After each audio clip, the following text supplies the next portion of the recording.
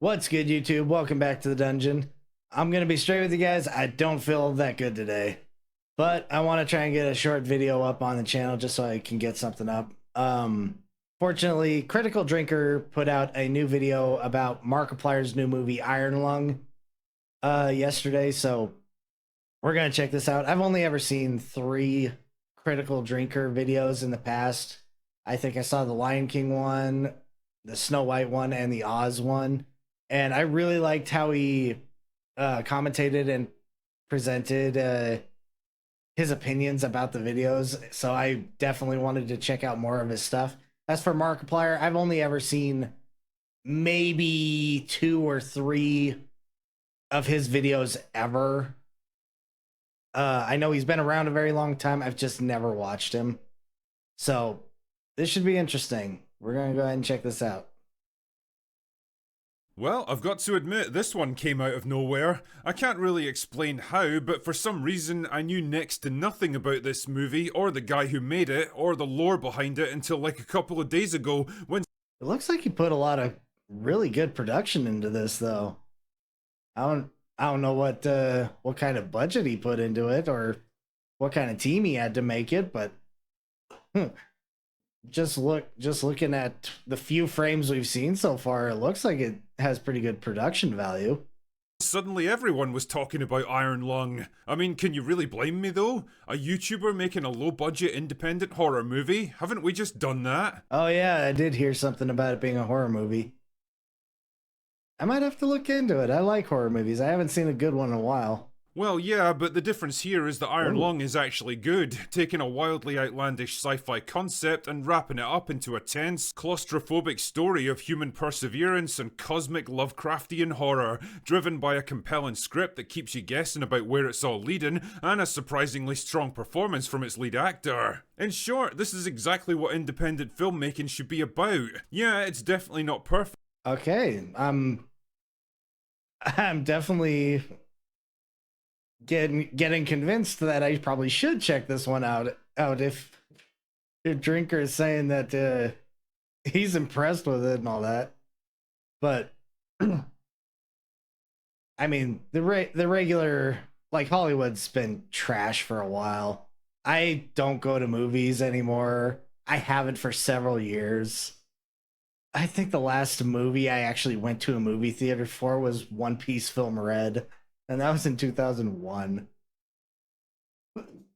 But anyway, the first thing I thought of when I heard the name Iron Lung, I thought of that old machine that was used to help people with polio stay alive back in like the 1950s. The and there, I mean, there were some people that got stuck in an iron lung for decades. They couldn't move. They needed a machine to actually expand their chest and compress their chest just to stay alive, just to breathe. That would have to suck so bad. I wonder if this has anything to do with that. And if I'm honest, it feels more like a short film concept stretched out into a 2-hour runtime, but I'll get into that later. For now, let us discuss the plot, shall we? Dr. Evil? So, backstory for Iron Lung is a bit thin on the ground, but as far as I can tell, the film's set at some indeterminate point in the future where humanity's begun to colonize the galaxy until an event known as the Quiet Rapture caused all the stars and planets to disappear. Look like he's on a spaceship. How? Don't know, just go with it. The only Kinda like survivors Dead now are Space or scattered something. across the void on ships and space stations, including our main man Simon, a convicted prisoner who was involved in the destruction of an outpost called Filament Station. What exactly happened? Don't know. You don't really His get a mission lot of is Simons to pilot a anymore. submersible into an ocean of blood on a distant moon and gather samples from the seabed, where his commanders seem to think they'll find information that could save the human race. Wait, why is there an entire ocean of blood? Why do they That's a think there's good stuff question. down there that's going to save humanity? Why use a convicted felon with zero training for such an important mission? Don't know. That's an interesting concept. I mean, if it's a dangerous mission, why not send a convict? They're expendable. Oh, just go with it. Anyway, so down he goes into the Deep ocean.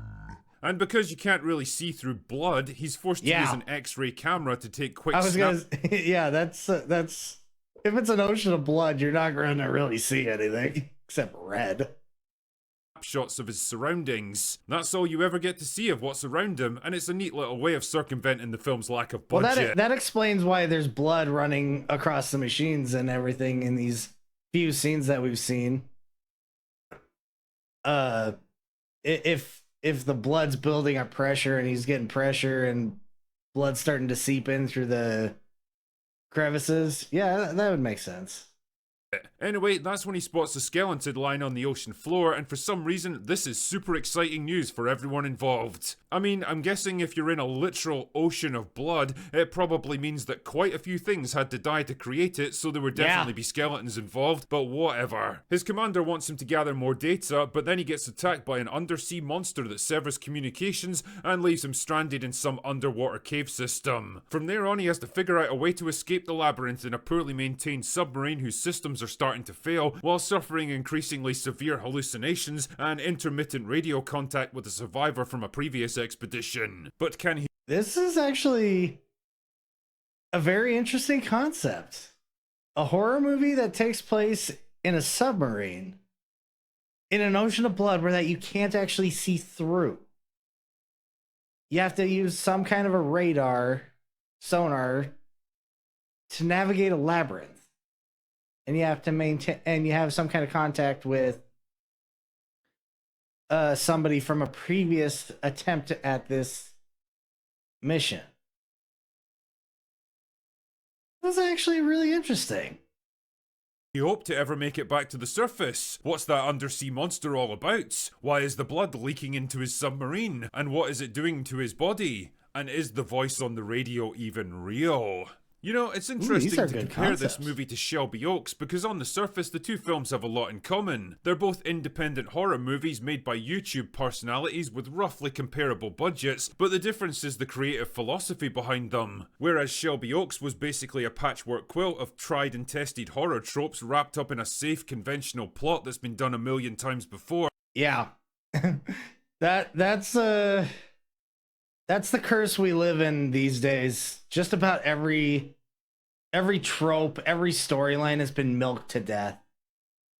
It's really, really hard to come up with something original. So the concept that at least that I'm getting from what we're seeing in this is really, really interesting. Iron Lung is a risky, wildly inventive concept, setting up an interesting and creative premise that allows it to make the most of limited resources and constantly keeping you guessing about where it's all heading. One is an actual creative horror movie willing to take risks made by people with— I like that Drinker is pretty much just cycling through the same like 6 or 7 clips. So he doesn't actually give away everything in the movie. Doesn't really do any spoilers. It's just pretty much the one shot of Markiplier from the front, the numbers dialing the blood, and then occasionally the monitor on the sonar. It's nice that he's not giving away anything. A story to tell. The other feels more like an AI's idea of what a horror movie should be, made out of obligation rather than artistic passion. And well, the results speak for themselves. One practically vanished without a trace, and the other seems to be making waves at the box office. Not to worry though, Chris, I'm sure there's plenty more predatory gambling apps for you to shill. He's out of line, but he's right. The other big surprise for me was Markiplier as lead. Someone explain that one to me. Did that guy get into some trouble or scam some people recently or in the last couple of years? I don't know the lore there. Actor? Well, basically the only actor now that I think about it. I mean, let's be real here, financing your own movie so that you yourself can star in it is a risky move that could have turned the whole thing into a laughable vanity project. I was kind of thinking, is this movie may literally, it's quite possible the whole damn thing could just take place in that one box. Because if he's in a submarine in an ocean of blood, you have no external you have no external cameras. You're not going to see the submarine in the blood. But if nearly the entire movie takes place in that submarine, that would be incredibly difficult to pull off, but it would be really good for the budget. YouTubers aren't exactly known for their dramatic acting range, especially if they have to carry an like entire Logan movie by Paul. themselves. But credit to the guy, he pulls off a surprisingly strong, compelling performance as a desperate man pushed to his mental and physical limits, with the vague promise of freedom at the end. It's all good stuff, and you can't help but root for the guy. I said before that Iron Lung's only real weakness is the sluggish pace, mainly caused by the lack of real plot events and other characters to bounce off. The film's 2 hours long, and although it definitely he's gets the only its momentum real back for actor, the finale, the second act is pretty slow that and would tedious. have to be I'm not gonna incredibly lie, I difficult. was starting to lose focus on what the protagonist was actually doing and getting a little bored of being trapped in one location for the entire film. I get that it's so it supposed is to play just into inside the film's the atmosphere of claustrophobia and paranoia, and it's obviously a direct copy of the video game that it's based on, but there's an obvious distinction between tension and boredom when it's based on a stretched video too far, game? and Iron Lung definitely crosses the line at times. I If can't you guys shake know the feeling that what this video setup game would have it made is, for an awesome let me know, I 30-minute might short check it film out. rather than a drawn-out 2-hour feature, but what the fuck, nobody's going to a movie theater to see a 30-minute film. Overall though, I think Iron Lung is a movie that's way better than it has any right to be. It's well shot, well acted, and although it doesn't pretend to answer all the questions it poses, I'm perfectly okay with that. Cosmic horror is a genre that's been chronically underrepresented in cinema, so it's nice to see a film tackling it in a unique, inventive way There's like not this. a lot of cosmic It might horror not out be there. perfect, but I never needed it to be. I just needed it to be good.